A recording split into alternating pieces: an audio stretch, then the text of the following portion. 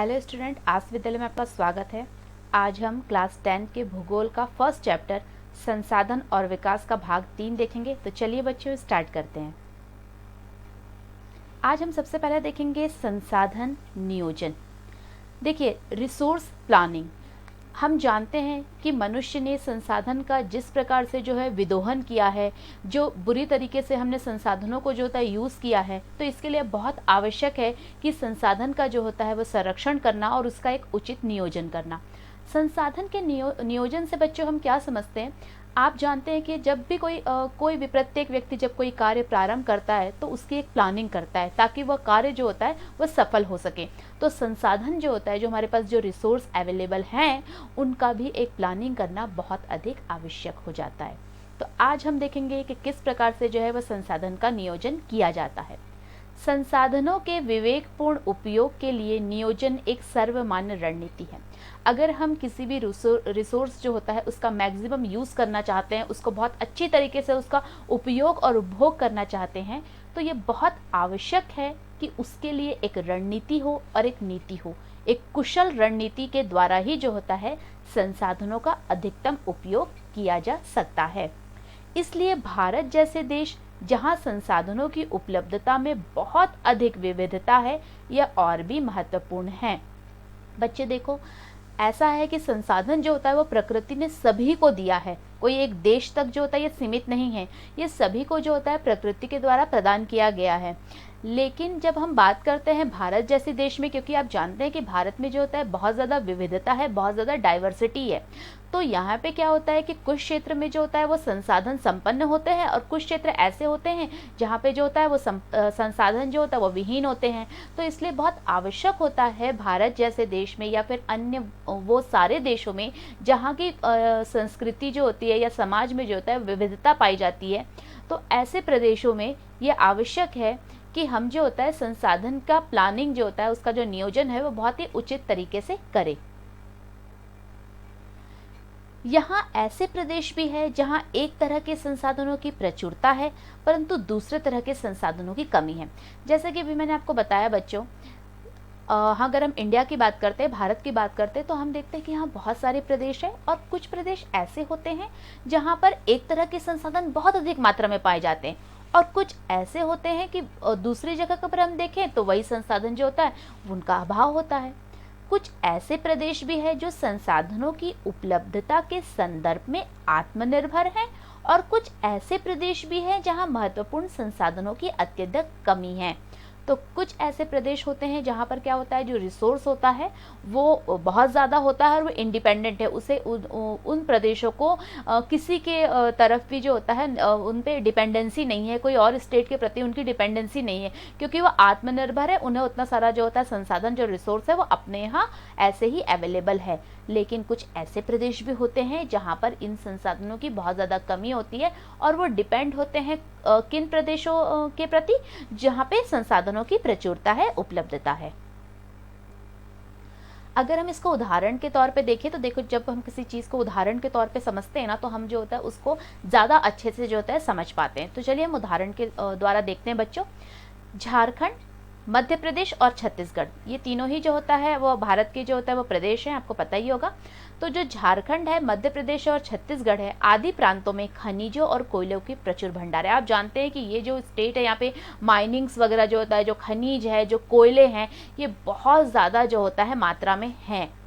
और दूसरी तरफ हम देखते हैं अरुणाचल प्रदेश में जल संसाधन प्रचुर मात्रा में पाए जाते हैं। यहाँ पे जल संसाधनों की अधिकता है परंतु मूल विकास की कमी है।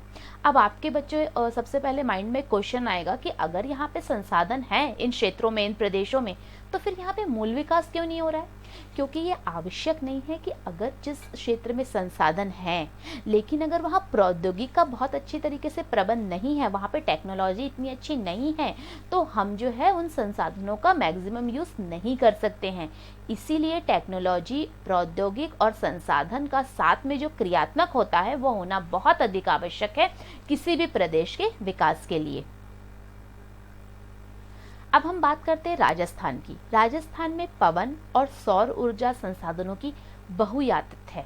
मतलब राजस्थान में जो होता है, जो विंड एनर्जी है और जो सोलार एनर्जी है ना, ये बहुत ज़्यादा है, लेकिन जल संसाधनों की कमी है। हम देखते हैं कि राजस्थान में पानी की बहुत ज़्यादा कमी है। तो कुछ संसाधनों की प्रचुरता है, लेकिन कुछ संसाधन जो है उनकी बहुत विकट जो होता है वो समस्या है, उनकी बहुत ज़्यादा कमी है। लद्दाख का शीत मरुस्थल देश के अन्य भागों से अलग थलग पड़ता है। अब जो लद्दाख है, हम देखते हैं कि वहाँ बहुत ज़्यादा ठंड होती है। जो जो तो शीत, जो मरुस्थलीय जो उनका प्रदेश है, वो अन्य भागों से अलग थलग पड़ता है। यह प्रदेश सांस्कृतिक विरासत का तो धनी है, परंतु यहाँ जल, आधारभूत अवसंरचना और कुछ महत्वपूर्ण खनिजों की अत्यंत कमी है। लेकिन ये सांस्कृतिक दृष्टि से बहुत विकसित है, लेकिन यहाँ पे जो होता है, जो हमारी आधारभूत अवसंरचना है, जो कुछ रिक्वायरमेंट है, जो खनिज है, जो जल है, उसकी यहाँ पे इन क्षेत्रों में बहुत ज़्यादा कमी है।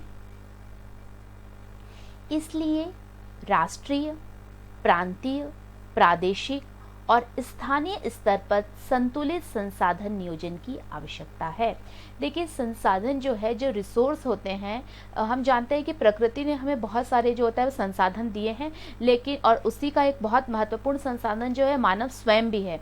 लेकिन मानव जब अपनी प्रौद्योगिकी का विकास करके जो है, उन्होंने जिस प्रकार से संसाधनों का जो होता है यूज़ किया है, जो मैक्सिमम यूज़ जो होता है हम टेक्नोलॉजी के साथ ही जो होता है वो रिसोर्स का कर सकते हैं, और उसके द्वारा जो होता है एक राष्ट्र, एक प्रदेश, एक प्रांत, एक स्थान जो होता है उनका विकास होता है।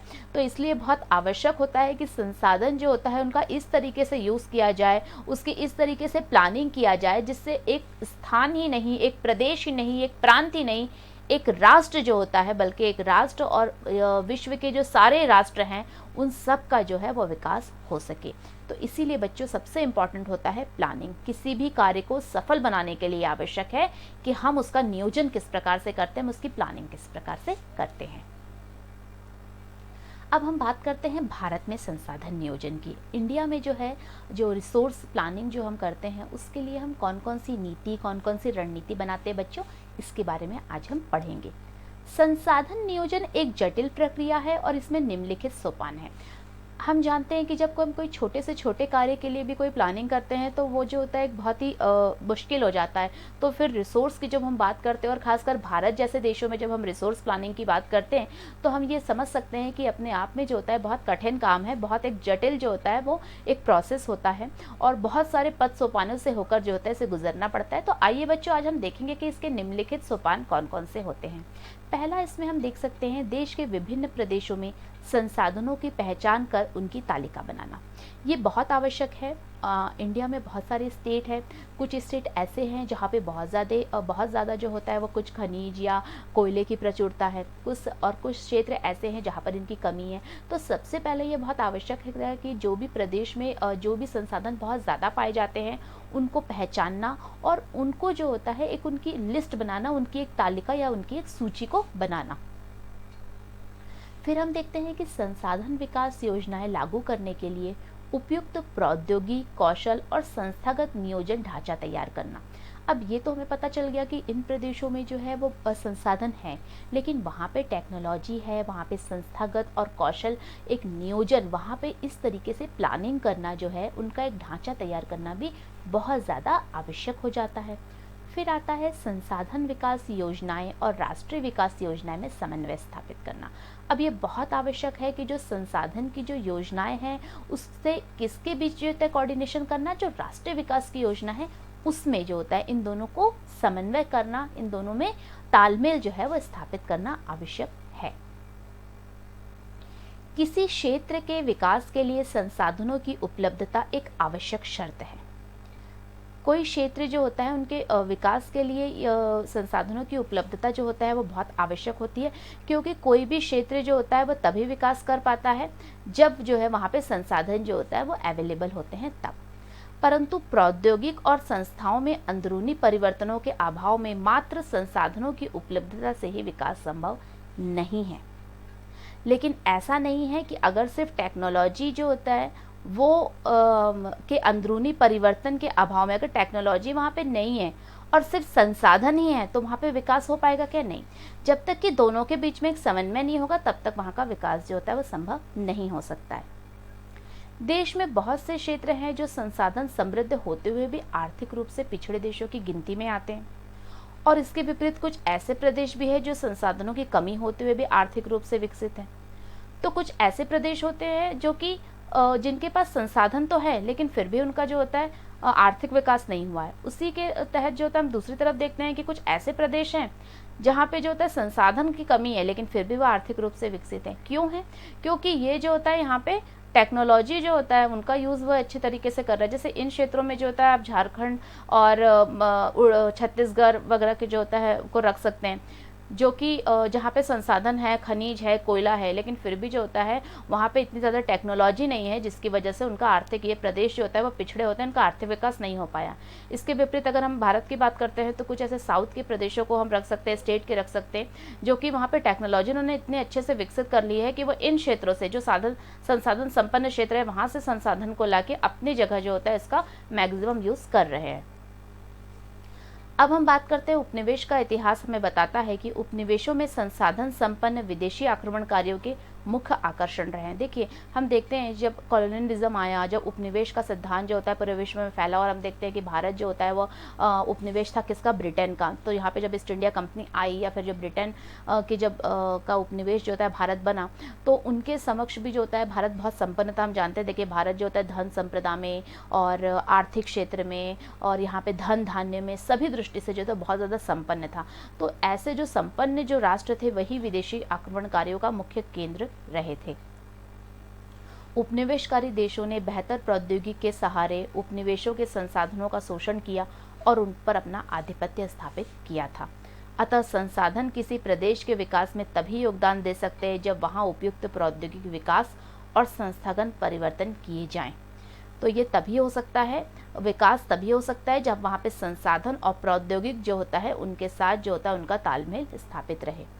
उपनिवेश के विभिन्न चरणों में भारत इन सब का अनुभव किया है। अतः भारत में विकास सामान्यतः तथा संसाधन विकास लोगों के मुख्यतः संसाधनों की उपलब्धता पर ही आधारित नहीं था, बल्कि इसमें प्रौद्योगिक, मानव संसाधन की गुणवत्ता और ऐतिहासिक अनुभव का भी योगदान रहा है। और हम जानते हैं कि किस प्रकार से, देखिए ब्रिटेन ने जो होता है क्या यूज़ किया, भारत से रॉ मटेरियल लेकर गए और इसका यूज़ जो होता है मतलब भारत से उन्होंने संसाधनों का शोषण किया और उसका उपयोग जो होता है उन्होंने कहा किया अपने देश के आर्थिक हित के लिए किया। अब संसाधनों के संरक्षण, ये बहुत आवश्यक होता है कि हम संसाधनों का जो होता है वो उचित संरक्षण करें। इसके तहत जो होता है संसाधन किसी भी तरह के विकास में बहुत महत्वपूर्ण भूमिका निभाते हैं। बच्चों ये बात हम बहुत अच्छे से समझ गए हैं, परंतु संसाधनों का विवेकहीन उपयोग और अति उपयोग के कारण कई सामाजिक और आर्थिक पर्यावरणीय समस्याएं पैदा हो सकती है, जो कि आज हो रही है। और अगर हम इसको अभी भी इस पर विचार नहीं करें तो शायद आने वाले भविष्य की जो पीढ़ी है उसे जो होता है हम ये सारे रिसोर्स जो होता है वो नहीं दे पाएंगे। इन समस्याओं से बचाव के लिए विभिन्न स्तरों पर संसाधनों का संरक्षण आवश्यक है। देखिए अगर इन समस्याओं को, ये समस्याएं जो होती है, जो पर्यावरणीय समस्याएं हैं, वो कौन खड़ा किया है? मानव स्वयं खड़ा किया है।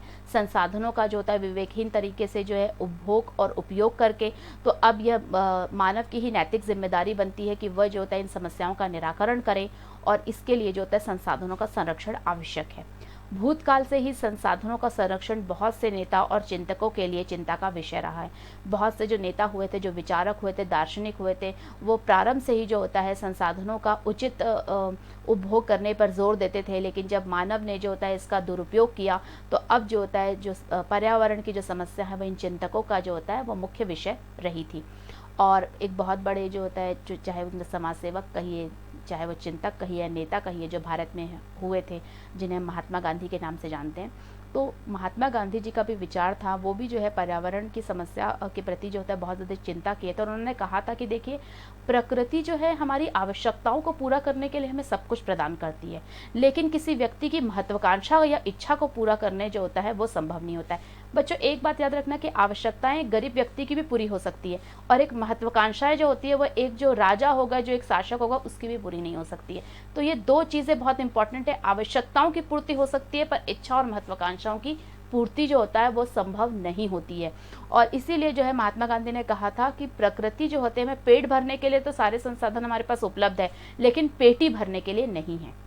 तो इस तरीके से हमने देखा कि पर्यावरण जो होता है उसका किस प्रकार से मानव जो होता है वो अपने हित के लिए, अपने आर्थिक हितों को जो होता है पूरा करने के लिए वो जो होता है इसका विदोहन कर रहा है।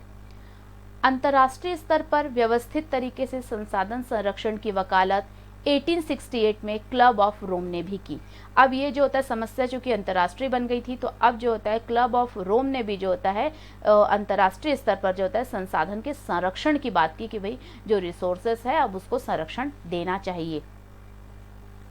1987 में ब्रुंडसलैंड आयोग रिपोर्ट द्वारा वैश्विक स्तर पर संसाधन संरक्षण में मूलाधार योगदान किया गया है। तो अब बच्चों आपने देखा कि अब ये अंतर्राष्ट्रीय समस्याएं बन गई, बहुत सारे आयोग, बहुत सारी कमेटी बनी जो कि किस पर ध्यान दे रही है, संसाधन के संरक्षण पर, क्योंकि उन्होंने देख लिया है कि इस तरीके से इसका विध्वंस हुआ है कि आगे भी अगर यही गति चालू रही तो शायद भविष्य में आने वाली पीढ़ी के लिए वो संसाधन उपलब्ध ही ना हो। तो इसके लिए अब आवश्यक है कि उसके संरक्षण पर जो होता है वो चिंता व्यक्त की जाए और उसके लिए कुछ कार्य किया जाए। ये जो रिपोर्ट थी 1987 में, इस रिपोर्ट ने सतत पोषणीय विकास, देखो सस्टेनेबल डेवलपमेंट की संकल्पना प्रस्तुत की और संसाधन संरक्षण की वकालत की। सस्टेनेबल डेवलपमेंट मतलब सतत पोषणीय विकास क्या है कि हम संसाधन का इस तरीके से उपयोग करें कि बिना पर्यावरण को नुकसान पहुंचाए हम उन संसाधनों का आज भी यूज कर सकें और भविष्य की पीढ़ी के लिए भी वो संसाधन जो होता है वो बचा के रख सकें। यह रिपोर्ट बाद में हमारा साझा भविष्य अवर कॉमन फ्यूचर शीर्षक से पुस्तक के रूप में प्रकाशित हुई। तो बाद में जो इस रिपोर्ट जो थी यह एक बुक के रूप में भी जो है वह पब्लिश हुई थी। और इस संदर्भ में एक और महत्वपूर्ण योगदान रियो डी जेनेरो हमने देखा है ब्राजील में 1992 में आयोजित पृथ्वी सम्मेलन द्वारा भी किया गया था। So what did you learn today, आज हमने क्या पढ़ा, क्या सीखा? तो बच्चों आज हमने देखा किस प्रकार से संसाधन के नियोजन के तरीकों को देखा और दूसरी हमने देखी कि संसाधन के संरक्षण के लिए कौन कौन से उपाय किए गए।